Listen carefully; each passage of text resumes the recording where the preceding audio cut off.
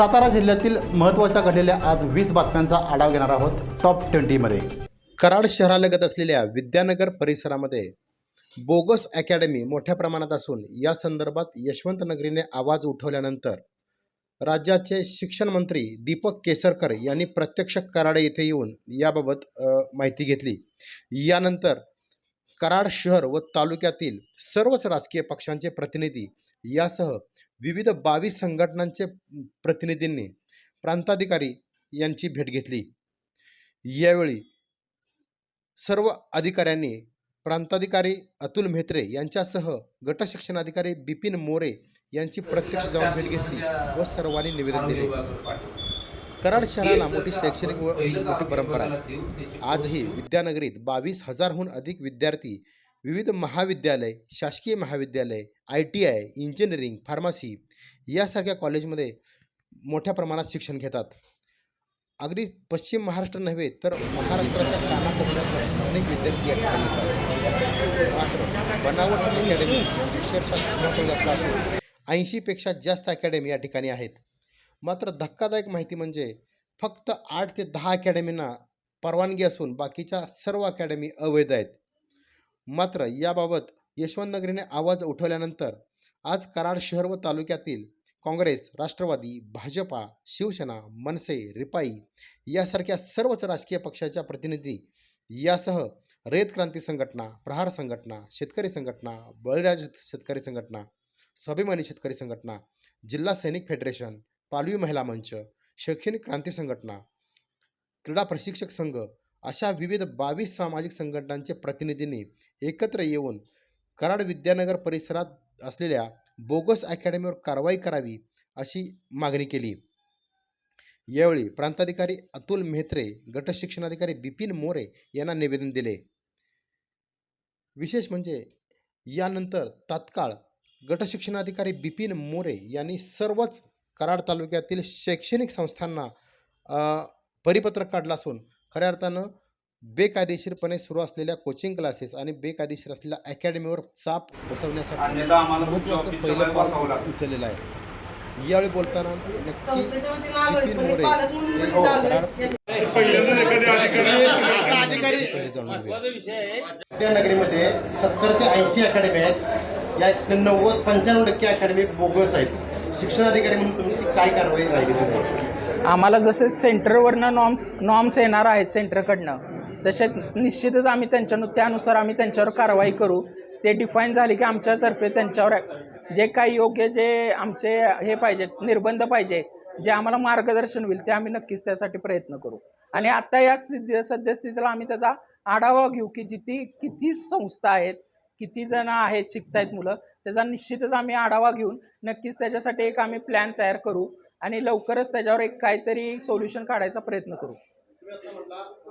Plan करू, काय करू, कशा पद्धतीने तुमचे अधिकारी काम करतील, किती दिवसात काम चालू होईल? आमच्या विस्तार अधिकाऱ्यांना आम्ही आजच मीटिंग घेऊन आम्ही तिथं प्रयत्न करू की त्यांना सांगू की तुमच्या एरियामध्ये किती आहेत बीटमध्ये, त्याचा एक माहिती घ्या आणि आम्ही त्याच्यावर लगेचच पाठपुरावा करून आम्ही त्याच्यावर काय आमच्यात आमच्या परीनं काय त्याच्यावर सोल्युशन काढता येतील ह्याचा आम्ही नक्कीच प्रयत्न करू।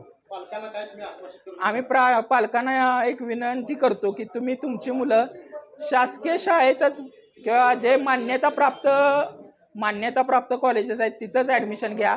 उगाच कुठं फसवेगिरीच्या नादी लागू नका।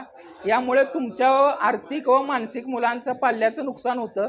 त्यासाठी तुम्ही एक खात्री करून घ्या आणि नको त्या ॲडव्हर्टाइजमेंटच्या जगात नको त्या ॲडव्हर्टाईजच्या भुरळ पडून तुम्ही मुलांच्या आयुष्याशी खेळू नका। ज्या शासकीय मान्यता असलेले शाळा कॉलेजेस आहेत तिथंच तुम्ही मुलांचं ॲडमिशन करा, ही विनंती आहे सर्व पालकांना। एवढंच, धन्यवाद। यशवंत नगरीचं आपलं खूप आभार मानतो। एका संवेदनशील विषयावरती आपण आवाज उठवला, त्यानुसारच आम्ही आज शिक्षण मंत्र्यांना ह्या संदर्भातलं निवेदन दिले प्रहार जनशक्ती पक्षातर्फे। तर शिक्षण मंत्र्यांनी सांगितले याच्यामध्ये की भूगोल ज्या अकॅडमी सुरू आहेत, जी गोरगरीब पालकांना जी वेगवेगळी आमिष दाखवून जी फसवणूक केली जाते, याच्यावर लवकरच कलेक्टरांना एक आदेश देण्यात येईल आणि ह्याची चौकशी समिती नेमण्यात येईल कलेक्टरांच्या ह्याच्याखाली आदेशाखाली आणि योग्य ती कारवाई करण्यात येईल, असं एक आश्वासन शिक्षण मंत्र्यांनी दिलेलं आहे।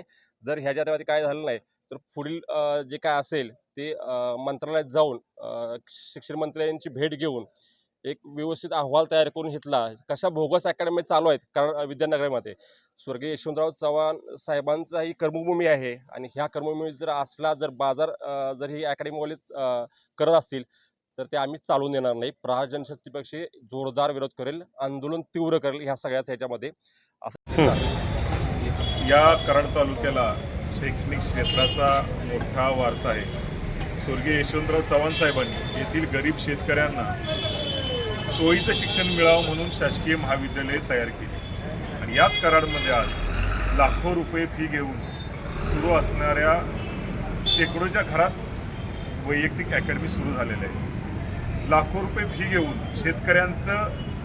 शेतकऱ्यांच्या मुलाचं असेल सर्वसामान्यांच्या मुलाचं ज्या पद्धतीने ती जाहिरात केली जाते त्या पद्धतीनं त्यांना मार्क्स न पडता त्यांची फसवणूक केली जात आहे. या संदर्भात दैनिक यशवंत नगरीने आवाज उठवला आणि आज आम्ही जवळपास 28 संघटनांनी मिळून आज प्रांताधिकारी असतील, तालुक्याचे शिक्षणाधिकारी असतील यांना निवेदन दिलेलं आहे आणि या सर्व अकॅडमीची चौकशी व्हावी.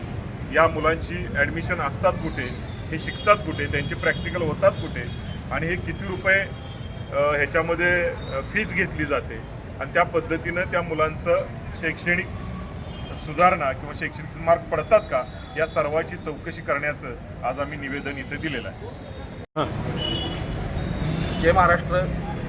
आज सन्माननीय तहसीलदार साहेब आणि प्रांत साहेब तसेच गटशिक्षण अधिकारी यांना जे विद्यानगरमध्ये जो अकॅडमीने जो बोंगस कारभाराचा जो मोठा असा त्यांचा प्रस्त निर्माण केलेला आहे त्यामध्ये त्यांनी खोटा रिझल्ट लावून अनेक विद्यार्थ्यांची अडवणूक फसवणूक केलेली आहे. खोटे खोटे आश्वासन देऊन विद्यार्थ्यांना एवढ्या पर्सेंटेज 80% पुढे मार्ग पाडून देतो. विद्यार्थ्यांना तुम्हाला नीटला जेईला CETला चांगल्या पद्धतीचा रिझल्ट देतो असं खोटं नाटक करून बऱ्याचशा अकॅडमीने विद्यार्थ्यांना शैक्षणिक त्यांचं फार मोठं नुकसान केलेलं आहे. त्याच्यात पालकांच्या पण बऱ्याचशा तक्रारी आलेल्या आहेत. यामध्ये विद्यार्थ्यांची आर्थिक फसवणूक, आर्थिक शैक्षणिक नुकसान मोठ्या प्रमाणात झालेलं आहे. तर अशा या गोष्टीला कुठंतरी सरकारी दरबारात ह्या निर्बंध असावा, या सर्व गोष्टी बंद व्हाव्या, शासनाने यामध्ये पूर्ण लक्ष घालावं आणि ज्या बोगस अकॅडमीच्या नावाने जे हा सगळा प्रकार चाललेला आहे त्या अकॅडमी पूर्ण थांबवाव्या. जर भविष्यामध्ये जर थांबल्या नाही तर महाराष्ट्र नवनिर्माण सेना एकही अकॅडमी शिल्लक ठेवणार नाही. मनसे स्टाईलनं उत्तर त्या अकॅडमीला दिलं जाईल. एवढंच या ठिकाणी जिल्हाध्यक्ष या नात्याने सांगतो आणि थांबतो. जय महाराष्ट्र. जय हिंद, भारत माता की जय. आज कराड तालुक्याच्या ठिकाणी कराड शहर, विद्यानगर आणि कराड ग्रामीण भागामध्ये ज्या शिक्षण संस्था, ज्या अकॅडमी एक भोंगळ कारभार आणि जी पालकांची विद्यार्थ्यांची फसवणूक केली जाते आहे त्या संदर्भात आज प्रांताधिकारी, तहसीलदार महोदय आणि गट शिक्षणाधिकारी या सर्व अधिकाऱ्यांना सर्व संघटनांच्या वतीने निवेदन देण्यात आलं. तर या निवेदनाची दखल तात्काळ शिक्षण विभाग, शिक्षण मंत्र्यांनी, मुख्यमंत्र्यांनी, उपमुख्यमंत्र्यांनी, सरकारमधील नुमाइंद्यांनी घ्यावी ही आम्ही सर्व संघटनांच्या वतीनं आणि खास करून सैनिक फेडरेशन सातारा जिल्ह्याच्या वतीनं ही मागणी करतो. अन्यथा याचे जे सर्वस्वी परिणाम आहेत हे शासनाला भोगावे लागतील या निमित्तानं सांगतो.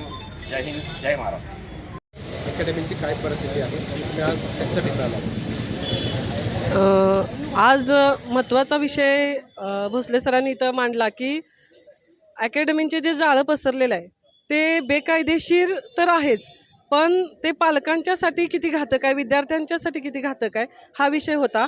मी विद्यानगरमध्येच राहते. बऱ्याच अकॅडमी अशा आहेत की जिथं शिक्षणाचा बाजार मांडला गेला आहे. विद्यार्थ्यांची प्रेझेंटी आहे का, विद्यार्थी पूर्ण वेळ त्या अभ्यास करत असतात का किंवा ते उपस्थित आहेत का, हा जितका शासकीय कॉलेजचा विषय आहे. जर तिथं त्यांची शासकीय कॉलेजमध्ये जर त्यांचं ॲडमिशन होत असेल आणि ती मुलं अकॅडमीला येत असतील तर तिथली प्रेझेंटी बघितली जात नाही किंवा तिथं एक ढोबळ कारभार चालू आहे का, शासनानं दिलेल्या काही फॅसिलिटींचा गलत वापर होतोय का, हा मुद्दा फार महत्त्वाचा आहे. दुसरा मुद्दा जर आपण बघितला आणि जर नंतरचे रिझल्ट पाहिले तर चांगले कॉलेजला 10वीला 90% मार्क्स मिळालेले विद्यार्थी 60% येऊन बसतात. याचा अर्थ काय की जे आश्वासन दिलं जातं, ज्या आश्वासनाला समोर करून पालकांकडून पैसे घेतले जातात, ॲक्च्युली जर अकॅडमीचे विद्यार्थी बघितले आपण तर ते सगळे शेतकरी कुटुंबातून. मी तर असं म्हणेन की जसं ऊसाचा रस निघून एखादा त्यानं तृप्त होतो, तसं ह्या शेतकऱ्यांचा घाम निघतोय आणि पैसे घेऊन हे अकॅडमीचे जे चालक आहेत ते तृप्त होत आहेत आणि शेतकरी हा असाच पिसला जातोय. त्यातनं विद्यार्थ्यांकडून जे अपेक्षित मार्क्स असतात ते मिळत नाहीत आणि शेतकऱ्याला शेवटी परत मुलं बसवण्याची किंवा एखाद्याजवळ हात पसरण्याची वेळ येते. शेतकरी कर्जबाजारी होतोय आणि हे अकॅडमीचे चालक मात्र आज करोडपती होऊन बसल्यात. तर माझी शासनाला एकच विनंती असेल की याला कुठंतरी निर्बंध बसावा आणि शॉपॅक लायसन किंवा जर तुम्ही उद्योग आधार घेऊन व्यवसाय चालू केला असेल तर विद्या ही एका अशा व्यावसायिकाचं माध्यम आहे का? विद्या कराडसारख्या शहरात यशवंतरावांच्या या भूमीत विद्येचं माहेरघर समजलं जाणाऱ्या या नगरीत विद्येचा जर बाजार भरला असेल तर एक पालक म्हणून, एक जबाबदार नागरिक म्हणून आणि एक संस्थेची अध्यक्ष म्हणून माझी कळकळीची विनंती प्रशासनाला असेल की यांनी लवकरात लवकर याच्यावरती एक चांगला कायदा तयार करावा. तिथं नेमले जाणारे शिक्षक वर्षभर राहणार का? ते जर महिन्याला 2 महिन्याला बदलत असतील, ते जर महाराष्ट्राबाहेरून नेमले जात असतील, त्यांची जर भाषा हिंदी येत असेल तर याचा फायदा विद्यार्थ्यांना होत आहे का? या सगळ्या गोष्टींचा विचार करावा आणि योग्य तो निर्णय घ्यावा एवढीच विनंती करते आणि थांबते. जय हिंद, जय महाराष्ट्र.